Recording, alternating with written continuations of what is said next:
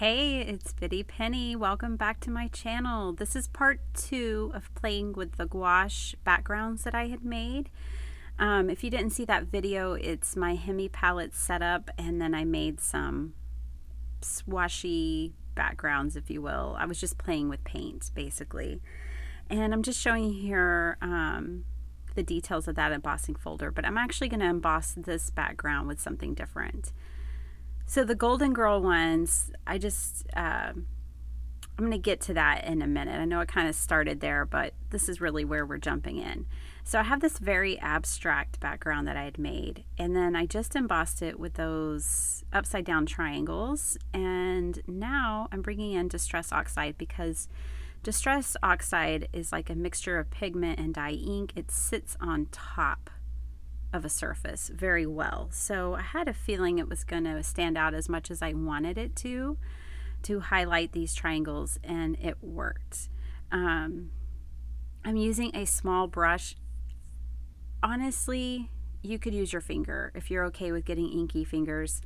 I totally love having ink and paint and everything all over me. I feel like that's the way it's supposed to be for me in the craft room. So I use my fingers sometimes because I can feel where I should and shouldn't put ink, whereas with a brush, you're just kind of hoping for the best. All right, I decided to put some like swashes of brush strokes with this color and incorporate it more in the background. And then I brought in this embossing folder, and it has a sentiment. It's all it is. It's a little strip, and it says thank you. It's one of my favorites. And guys, let me know down below if you like to see my embossing folder collection and maybe like a video showing you different ways to use embossing folders. Next to stamps and paper, embossing and folders is like a big part of my collection.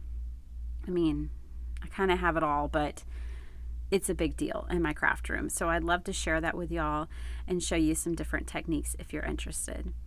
Okay, so I'm just going to lay down this embossed thank you, and I think this would make a great masculine card. I often like to use abstract or graphic textural images for my masculine cards, so that's what this one's going to be for. And I like the way it came out. You know, we're just playing here. This is a very playful session, so get ready for that. I experiment a lot and play a lot. My ink was still a little wet as I was putting this down, but there it is. And let's go back to this one. Okay, so I had embossed with this Emboss and Cut Spellbinders folder, and I put my Golden Girls on top of it. It's very simple. And then adhered that down. On the inside, they say, thanks for being a friend. Classic, right? So I just love that one. Very simple stuff. Okay, card number 3. For this one, I went to my die collection and pulled out this wonky stitch die. And I don't mind that a little bit of white is showing through there. Not a problem because I'm putting it on a white background. And I put a wonky stitch on the blue and red gouache painting, as well as a wonky stitch for my card base. So those kind of coordinate. And then I brought in these 2 Altenew sets. I really liked, I love this set because I think it's so versatile and necessary in my craft room. But I liked this happy and the size of it. So what I'm going to do is stamp it out on just a white sheet of, cardstock with black ink. Very simple. I think it would be really cool before I had adhered that piece down if I could have embossed it or done something like that, but this is going to work too. And I like that in this video I'm experimenting and I'm showing you different ways to use the gouache background. So, incorporating it with dies, embossing folders, stamps, the sky's the limit, really. And when I was playing, I had, in the first video, in part 1, I didn't have any kind of design in mind at all, which makes for this session to be completely random and fun. And I really enjoy these kinds of moments in my studio because I always discover something new or just have fun playing with completely random things. Okay, so I'm just trimming this down a bit, and I want to show you here, like, this trimmer is fabulous, except for you can't get the nitty-gritty done on it because of that guard. So I had recently purchased this trim and score, I believe is what it's called, from We Are Memory Keepers, and I just want to show you here. Oh, that is glorious. Like, I can get teeny tiny little strips and very close to the sentiments if I wanted to, and that's wonderful. So I just wanted to kind of leave that in there for you guys. All right, originally I was thinking happy birthday on the front, but I like just happy on the front. And then I'm going to bring in some card bases. And I had this extra birthday, so I'm glad I kept it. Sometimes when I stamp, and especially like this where I'm experimenting a lot, I stamp things twice. Okay, so I'm playing with my card bases, and I had this one in my box, and I really kind of like that. It incorporates that black and white more, and I thought made the card more cohesive and unified. So I really like that on there. And then now what I want to do is I bring in this stamp set from Paper Smooches, and I want to kind of recreate the look of that paper of my card base, but not have to search through all of my pattern paper to find the exact match. So this is very simple because it's black and white, and I am just going to stamp directly on the edges of this piece of paper. I had enough space to make that work. You could also stamp it on a different sheet of paper, glue this one on top, glue that on your card base. You could totally do that. But I opted for this option because it's simpler. And I will tell you, like, card sessions like this just take time because you're figuring it out as you go. But it's a great way to get lost in the craft room. And yesterday I felt completely uninspired or just overwhelmed when I sat down and I had a little bit of free time. But this brought me out of the funk, just playing. Okay, so yeah, what was this? I don't know. I was just playing and having fun. But it is going to become something spectacular, in my opinion. No, I'm really pleased with the way this came out. Okay. So I take this and I'm kind of looking around, and I decide to bring in another embossing folder. And I love the deep textural impression that these 3D embossing folders give. Okay, that did crack my paper a bit, and now I know that about the gouache, that it's probably best to emboss first if you had like a distinctive plan, rather than after. But I brought in this metallic paint, and this is actually important to share with you. Because I'm reactivating this gouache with a liquid, it's going to smear, and it's going to turn that metallic paint more blue and really look intentional and blended. Okay, when I did that, I saw a pot, like a planter. So that's where we're headed with this now. And then I thought of this stamp set, which I don't get near enough use out of. I'm showing you here, I color code my stamps. When I get a coordinating stamp and die set, I take these little dot stickers and I put one on each, and that way when I grab the stamp set, I know it has dies that coordinate if they're not stored together. I try to store them together, but they don't always work out. Okay, this was the last piece that I had left over from my session, and I decided to still use it in this card.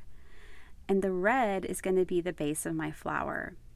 So my husband has been going crazy planting camellias, and we have 2 Yuletide versions in our yard right now. So that's my inspiration for this. I thought it would be very fitting to bring back in my gouache and to finish off my last card of this video painting with the paints. Okay, these are thick, like they really are. I used them full strength, so it covered up the lines of the stamp, but I really didn't mind. You wouldn't have to do that.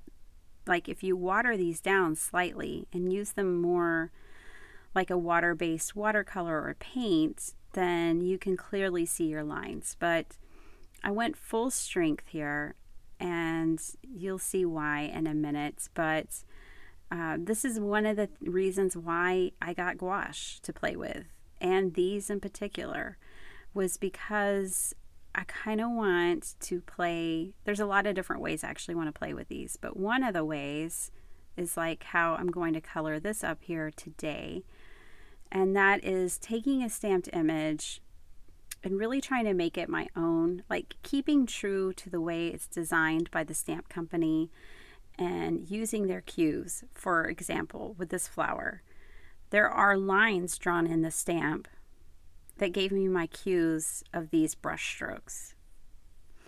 The other reason I wanted to play with gouache is because, like this, I can have a dark red flower with a bright pink highlight, and it's just so beautiful.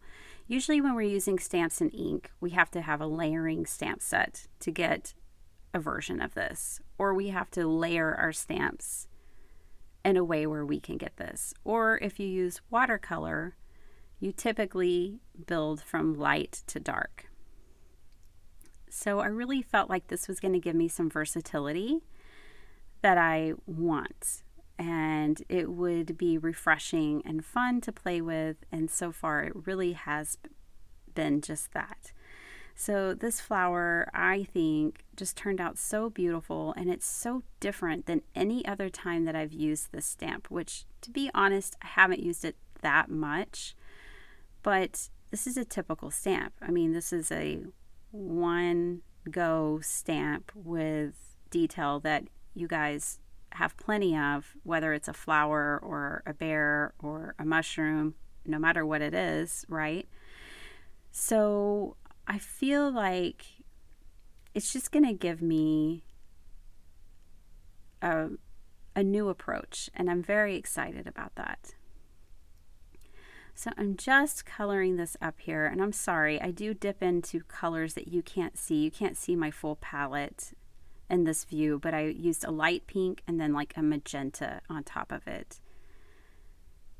And then, the thing is to make sure your under layer of paint is dry and not to overwork it.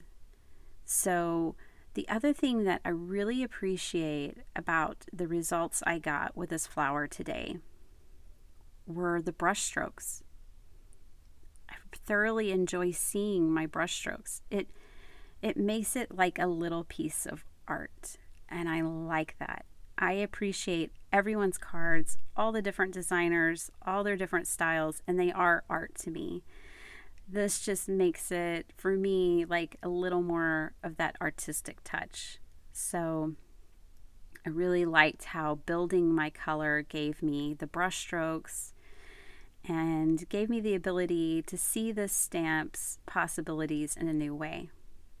So, I think you could get this with a lot of different gouache. It's just this is the one I'm playing with currently. And these are a jelly gouache. So we'll see. I'm curious to see if they're going to dry up on me.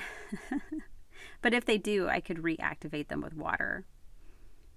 But gouache is typically a wet medium. Okay, I embossed this leaf background, and I then am going to just kind of lay these here. I wish I would have left it like this. I think it's simple and beautiful, but I did not stop there. No way. I used my sewing machine and I stitched around. And then I do keep the outside pretty simple. Like, I'm going to glue all this down. And I thought it was more realistic and natural to have the petals hanging over the edge of the flower pot like this. And I really love the way that looks. Okay, I wasn't done. I then, once this is dry, opened it up and start taking care of the inside. I brought in a sheet of paper. I ended up stamping the flower again. I brought in back in the Altenew birthday set, and I put a happy birthday above it. Yeah, and then I did some ink blending. I opted to do the sheet of paper like this instead of stamping directly on the card since I had already had everything adhered on the front. You saw me filling the paper before I made the decision just to make sure I didn't want a bumpy stamped image. So here it is. This is everything I made. So I made 4 of these cards. I did have that plain one, but I don't really like it now that I have the ones with the embossing. See them side by side? So I'll probably end up cutting that one up and making it look like these. So I have 4 of those. I think I'm going to put them in my Etsy shop just in case you're interested. I'm going to do a little more to the insides. Then I have my masculine thank you card, which I also really like. I have a masculine birthday card. I mean, it goes either way. You know, things don't have to be masculine or feminine, but... And then I have this one, which is very lovely. I kind of wish I would have edited myself and stopped myself, but this is what we got. And it is lovely. So thanks for watching. I hope you enjoyed this. You'll definitely see me using my gouache more often. Please leave me a comment, like, subscribe, all those fun things, and I'll see you next time. Bye.